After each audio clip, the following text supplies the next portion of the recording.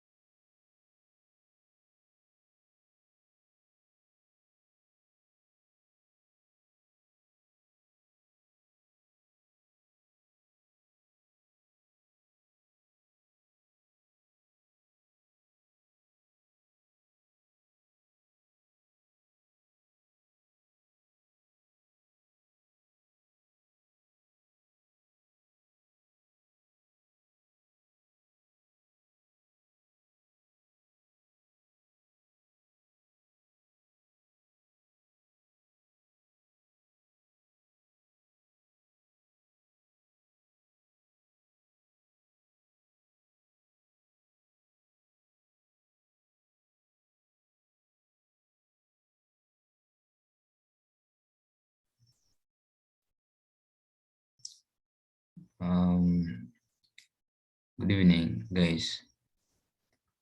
I'm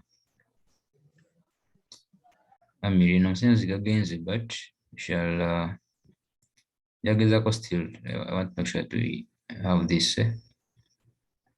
So I'm starting, it's already a few minutes past.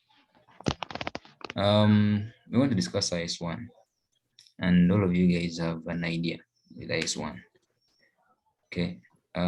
So I'll just do really question approach. Okay. So maybe you ask me a few questions regarding what I'm presenting in case you don't understand.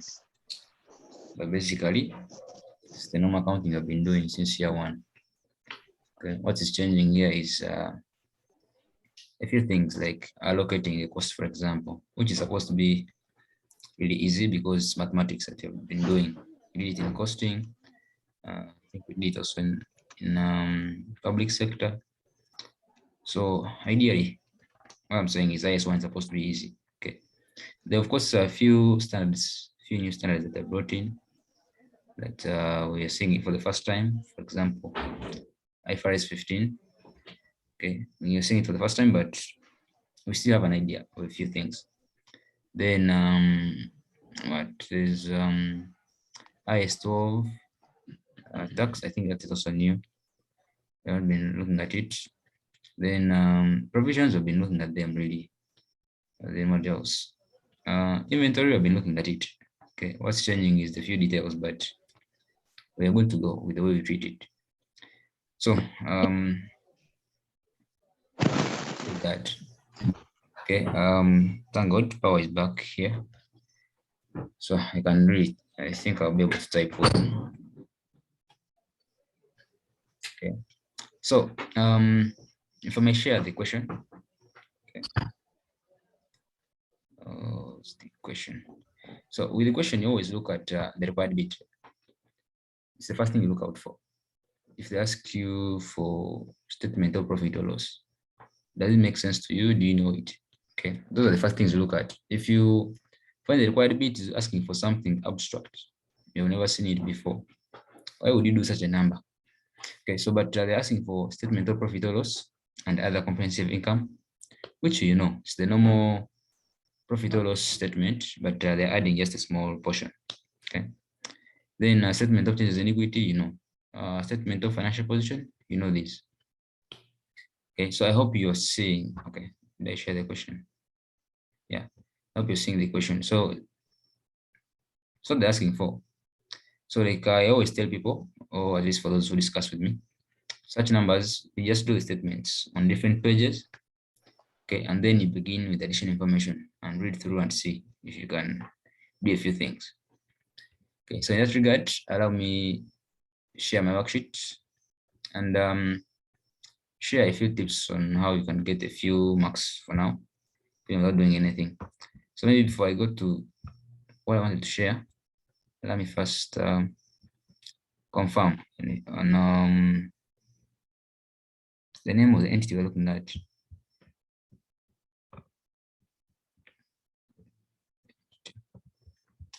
It's called Pasioli Company Limited. You need the name mainly because you want to use it in your titles. So we are saying Pasioli. Okay, now if you hear any noise in the background, kindly don't give it attention. Just stick the words, okay, to my voice. So that statement of profit or loss and other comprehensive income for the year, of course, for the year ended, I think 31st. But I think I need to shift from this place. If you hear any uncomfortable noise or feedback, kindly share with me so that I shift the place. Otherwise, for now, allow me continue. So I was saying, you just write the headings. This is for the year ended 31st March, December. Maybe the other thing is kindly mute. Okay, you guys, I can't be telling you to do that at this level, at this moment in time. Kindly mute.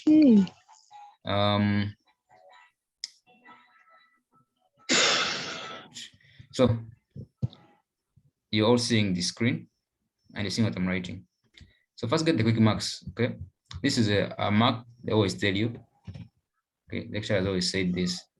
So always try to get this mark. Then look at statement of financial position. Changes in equity first. Statement of changes in equity. Equity for the year. The emphasis on for the year. The year ended 31st December. 31st March, sorry. Okay. Then statement of financial position. So if you were in an exam, you would have one page statement of profit or loss, another page statement of changes in equity, another page statement of financial position. This is Excel, so I can have it as squeezed as there because then I can insert financial position. Okay, as at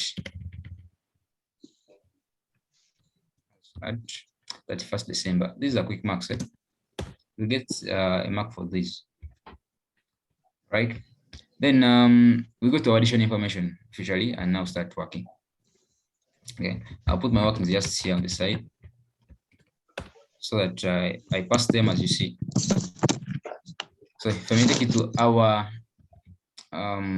question. So I've written your headings and you're now starting on the question. Okay, this is a question, very long like this, but like I already told you, you just begin with additional information. So there's additional information here, and the figures are in thousands. So maybe you may want to put that in your workings as well. You say my workings are in thousands, they're in UG. It's 1,000. All your figures here in your statements should also be in thousands. This one should be.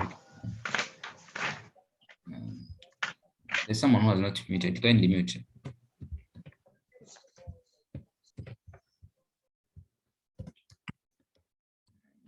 It's 1,000.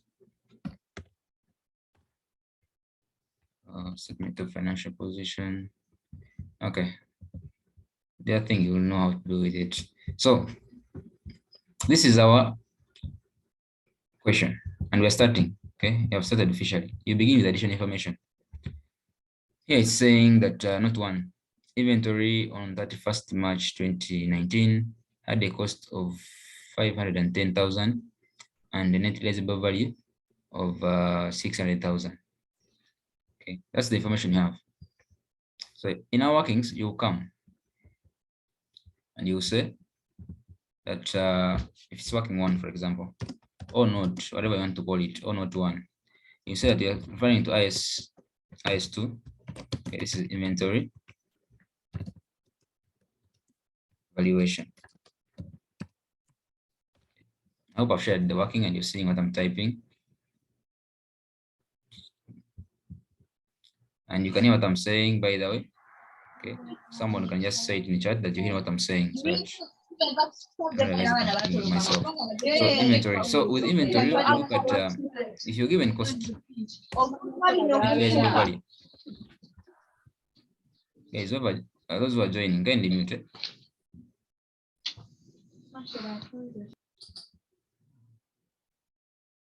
So you look at the cost. The cost was given as 510,000.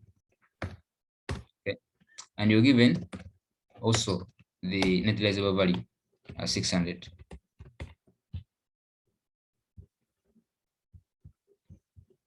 Okay, this is what is in the note. Now, what does the inventory start say about this? It says that whenever you're given both figures, always choose the lower. Put it in there here. I'll say that lower is valued at lower cost net realizable value. Okay, the lower of the two is the one that you take. So all of the smallest here is the cost, the 510,000. So meaning that our inventory at their end will be valued at 510,000. Okay, so that's your inventory value. Then how do you treat this? Okay, it is treated by a debit inventory, or you can call it closing inventory, by that matter. Okay, we're looking at statement of financial position. Okay, and then you credit cost of sales. These are the entries that you do for closing inventory. At how much? Of course, it's 500,000. Like you said, 510. Okay. So, how do I treat these journals? We know that inventory under statement of financial position comes under current assets. So you come under your current assets. Okay, statement of financial position under current assets. Okay, assets, and you will say inventory. Then you put the value 510,000. So by doing this, you're debiting.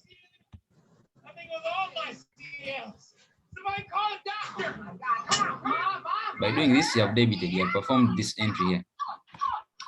Debit closing inventory. Then the credit, you're saying you go to cost of sales. And now with cost of sales, supposed to come under a statement of profit or loss. Okay, but usually we don't bring it here, like you know how we usually did before. That you have sales, then under cost of sales you have opening stock minus plus purchases, then minus closing stock. So in accounting 3, we don't do that. We bring cost of sales as a solid figure, one figure under statement of profit or loss. So because of that, you create a working for it. So the lecturer is calling it working 3, but really changes it. It varies from you. So I would call it working 2 if I wanted to, but just to be consistent with the lecturer and what most of you are learning, allow me to use working 3. And how is that? Good. Yeah, but losing the call that I needed. Yep, I went for a jog this morning before the sun came up. Oh, it's going off here. I'm going to eat clean from here on. Positive attitude is impressive. You know, the older that we get, the harder it is to stay on top of our health. But it is so worth it. Great, you need to drink this. So I drink one of these after we're saying we're looking at mainly expense. Richie, he's great. I'm having text you. Okay. Expense allocation. Huh? Okay. So with expense allocation, you have details. You have cost of sales. Cost of sales is one of those expense classes. Okay, you have cost of sales. Then you may have administration as one of those classes. Administration. I think some people are sending me chats. If I on WhatsApp by any chance, kindly respond to them. Then distribution. I'm gonna get you one of those watches, the ones that track your health. These are some of the classifications. They may change depending on the question, but since Frank setting this, I think it's going to stick to this. Cost of sales, administration, and distribution. So there are 3. Okay. So all your expenses that will go to your profit or loss, okay, will be under these. Okay, that where back then would come under operating expenses and say, for example, rent, insurance. In this case, we're supposed to bring here admin and distribution. So your rent should be at least either under admin or under distribution, depending. So that's what I'm trying to say here. So I was saying we have cost of sales. Under audit, we shall have our closing inventory. We know it comes here under cost of sales. I can just say closing inventory. It can even be the first line, by the way, but just for consistency, it just says you have closing inventory here. Closing inventory. You have not looked at it yet, so you just leave it. You don't put the amount. Then you may expect some purchases. You're moving in the right direction. This thing changed my life. Okay. Then you may have a closing inventory. So I'm not seeing what I'm typing or how I'm typing, so if I'm slow, kindly bear with me. Just struggling to. Oh, it's going off this side. They have closing inventory. Closing. So, the figure we have got is 510. Okay? 510. This figure. Okay, but it's a credit, and because it's a credit, we know that cost of sales is more of an expense account. You're having a normal balance. So if you bring anything that's a credit, it should be a negative. Minus.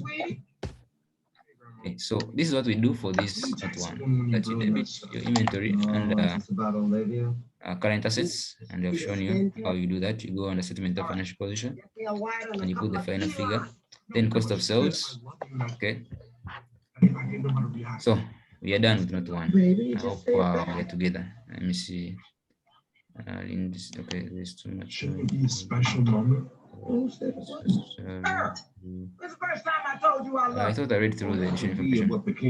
And okay, just to for purposes of time, I can't go through all the additional information and then say we start and again begin going through it again. Okay, so once I read an additional information, I just look at it, tackle it there and then go to the next one. So Ronald, that's what I'm doing. Okay, so maybe if I may just take you back to that note one which I've just finished. Okay, they're saying is here question says that here additional information. If I may just zoom for those who are not seeing it probably. Okay, they're saying that inventory on 31st March, okay, that's the closing date, hence closing inventory, had a cost of 510,000, 10 million, and a net realizable value of 600 million. Okay, so we're saying IAS2 inventory valuation says that when you're given cost and net realizable value, inventory should be valued at the lower of the two. So we're saying that therefore our inventory will be valued at the 510 since it's the lowest or the lower. So that's not one, and what I've done. So I'm going to note 2. Okay. Not 2, that will be on the next question. I hope you're seeing the screen. Okay, so not 2. Here it is. Not 2 says that sales revenue include 4 million. Sales revenue. So you ask yourself, what's the sales revenue first of all? So you go to the trial balance and confirm how much the figure is. Okay, that's the first thing you do. Then having looked at it, let me take you there. Having said so. So sales revenue, you come to the trial balance and you say, what is my sales revenue? Here it's not 2 says revenue. It is, of course, expected to be a credit. It is 12,990. Okay, this will be my working tool. 2. Okay, I said I'm going to be really slow on how I'm typing because I can't see my keyboard. I have to continue. Okay, so sales, we're saying our balance brought down is 12,990. 1, 2, 3.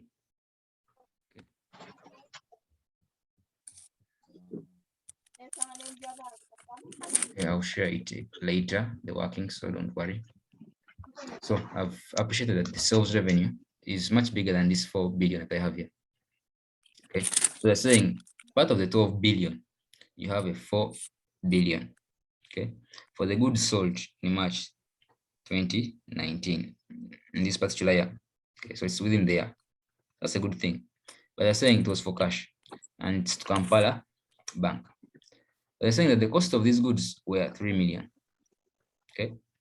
Then they're saying that Kampala Bank has the option to reacquire Pasioli's, whatever it is, to repurchase these goods within 2 months of the year end at their original selling price, plus a facilitation fee of 125 million.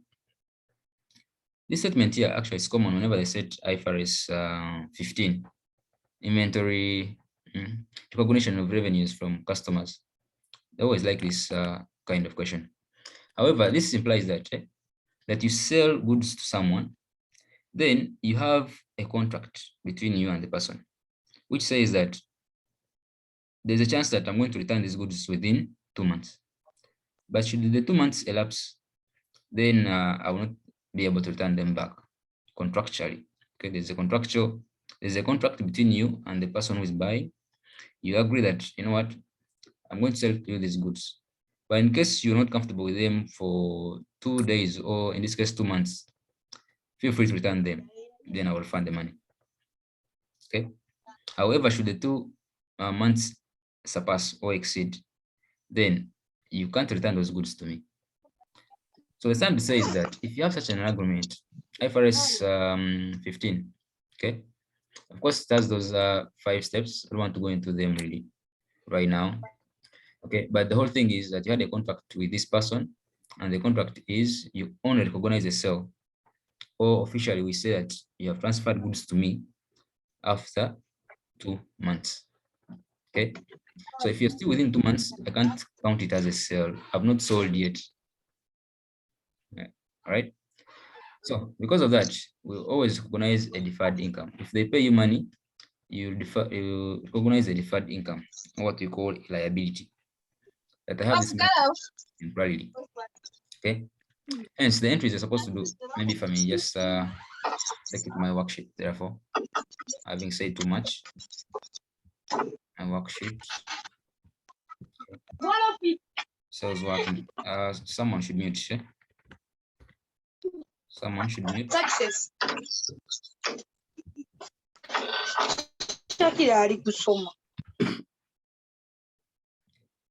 Kindly mute, kindly mute. So I was back to sales. So we said that part of this, there is a sale of 4 million. Okay, let's remove 3 zeros. There's a sale of 4 billion. This sale here we're saying that there are terms and conditions apply, and the terms are clear that within 2 months, as long as still within 2 months, it's not actually a sale because the guy can easily return back the goods. And once he returns them back, he's supposed to refund the money. And therefore, if he gives you any money, in this case, it was 4 billion. What you do is you accept the money, of course. You can't say, if I take the money, let the 2 months end. No, then you won't be serious. But you accept it, you say debit cash. Okay, record the transaction for billion. So the selling price. Okay. So you record the 4 billion. But when you record, you don't credit sales. Remember, whenever you made a sale, then you would credit sales and debit cash. Okay, that is if you have received money. If you haven't received the money, then you will debit accounts receivable. Okay, however, we're saying this time you don't credit sales. You don't say credit sales for M. Okay, by this you credit the sale. Here we're saying don't credit sales, but rather recognize a liability, what we call deferred income or deferred sales or deferred revenues. Okay, that's the first thing you do. Okay, then should the 2 months elapse and the guy has not returned the goods, that is when you would recognize the sale completely. You would say, in this case, you come to your deferred and you say debit deferred income. Okay, and then officially recognize the sales. Okay, but this is after 2 months you agreed upon and the guy has not returned the goods yet, then you say officially it's a sale. All right, let me go back to what I was saying. So this is the thing you do for the 4M. However, still you had an extra fee that you're supposed to incur, the 1 to 5. This fee here is saying, in case the guy returns the goods, you're supposed to pay him his 4K, his 4M, and then even incur a facilitation fee of 1 to 5. So because of this, you have to be prudent as an accountant, okay? And in being prudent, you say recognize this by saying that officially I have a provision to make. Okay, hence credit. Okay, should begin with debit. So your debit increase in provision. Is in provision for facilitation. Okay, you can say facilitation fee, whatever you want to call it. Then you credit the provision itself. Or you can say provision facilitation.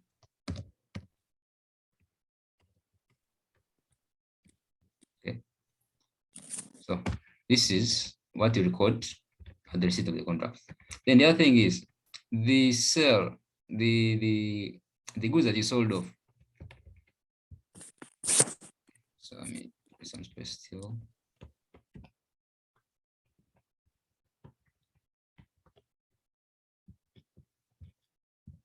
Okay. The cost of goods.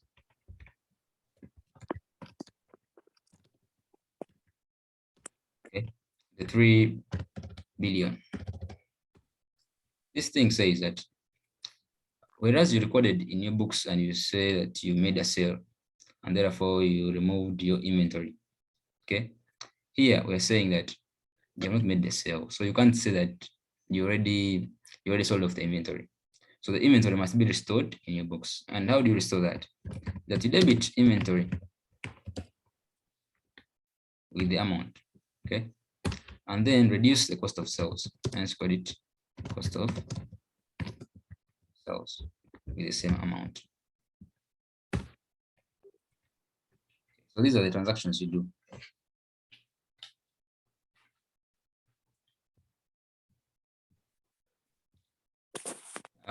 Any questions on the entries for now? Because when you have the entries, then what's clear is that you pass the journals. Okay, as I wait for those questions in the chat, we can pass the journals. So we debited cash. Of course, this entry here was done for you. Okay, how was it done for you? For them, what they recorded was they debited their cash and credited sales.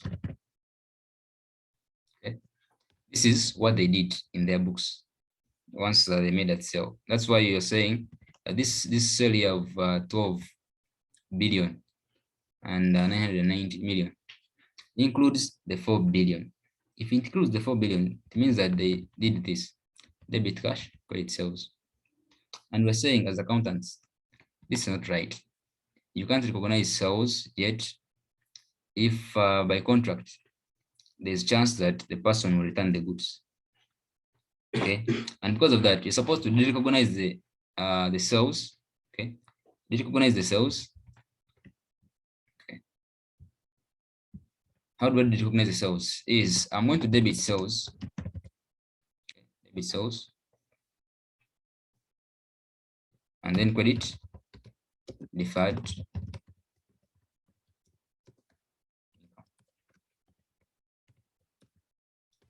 Okay, so in my journals there, what I was supposed to pass is I don't debit cash because cash was already done for you. This is what they did. Rather, I remove the sale by debiting the sale. So here I'm supposed to have sales, not cash. Okay, so these are supposed to be the right channels for reporting that transaction. I hope we are together. So let me remove this.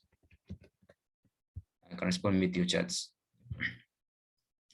In those books, are we making the treatments? Those books, we are making the treatment in the person who sold the goods, in the books of the seller.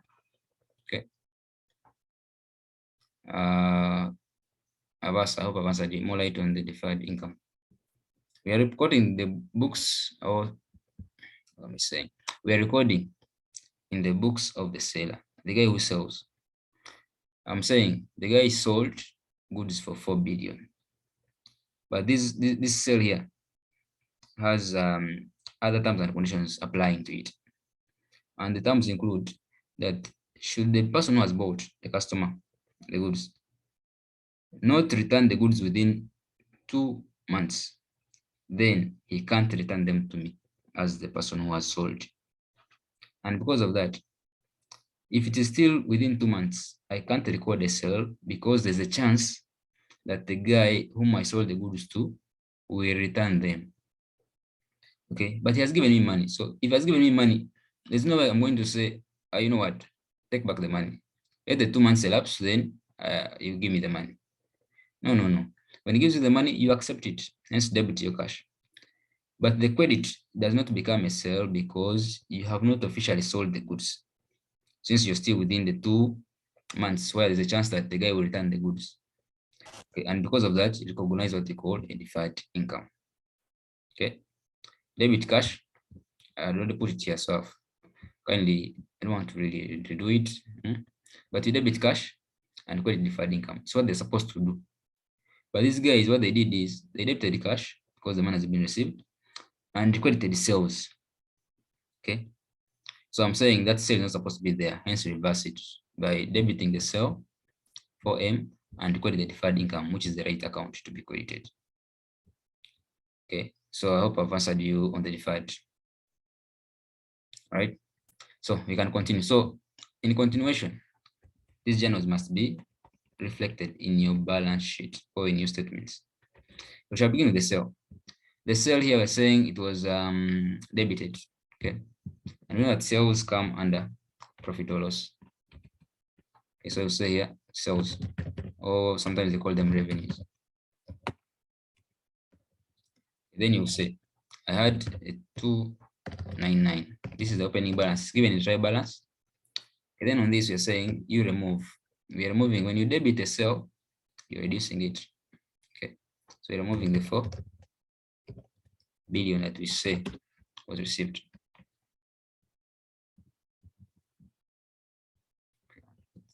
Okay, I think to speak out there. Okay, so by doing that, you have debited sales. Okay, then credit income, deferred income. Crediting deferred income, you're saying deferred income is a liability. So you come under statement of financial position. Okay, under liabilities,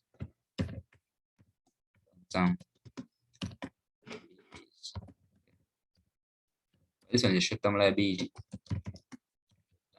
This one being we're talking about 2 months here. Okay, so it's a short-term liability.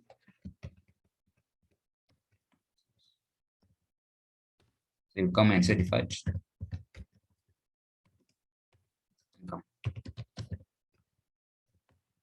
How much? It was 4. So by doing that, you have credited deferred.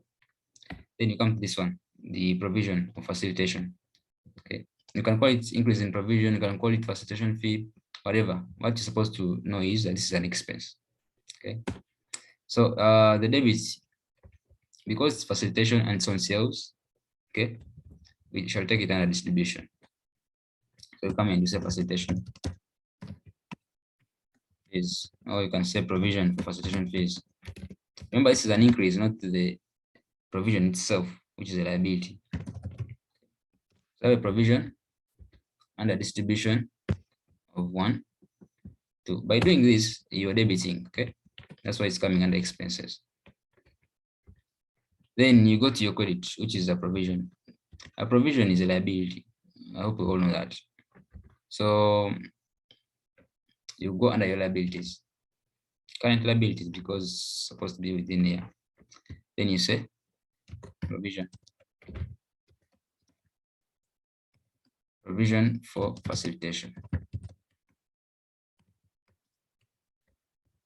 How much? It was 125,000. So by doing this, officially, you have debited and credited the 125. Then you got cost of goods. Okay, the goods that we sold are included in cost of sales as if they were sold. So meaning that our inventory was reduced by 3M and our cost of sales was increased by 3M. So we're supposed to remove that by reversing it. So how do we reverse? You restore the inventory by debiting it and credit cost of sales so that you reduce the figures. So you come here and say under cost of sales, then you say, how can I call it?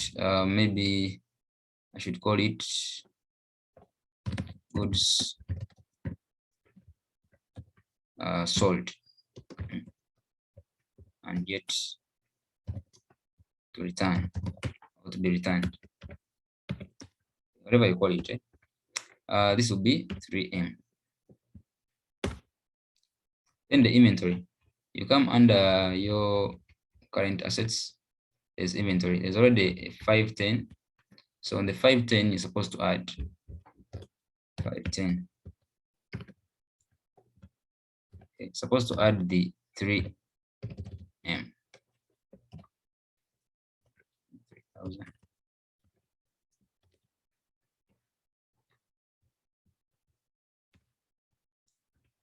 Okay.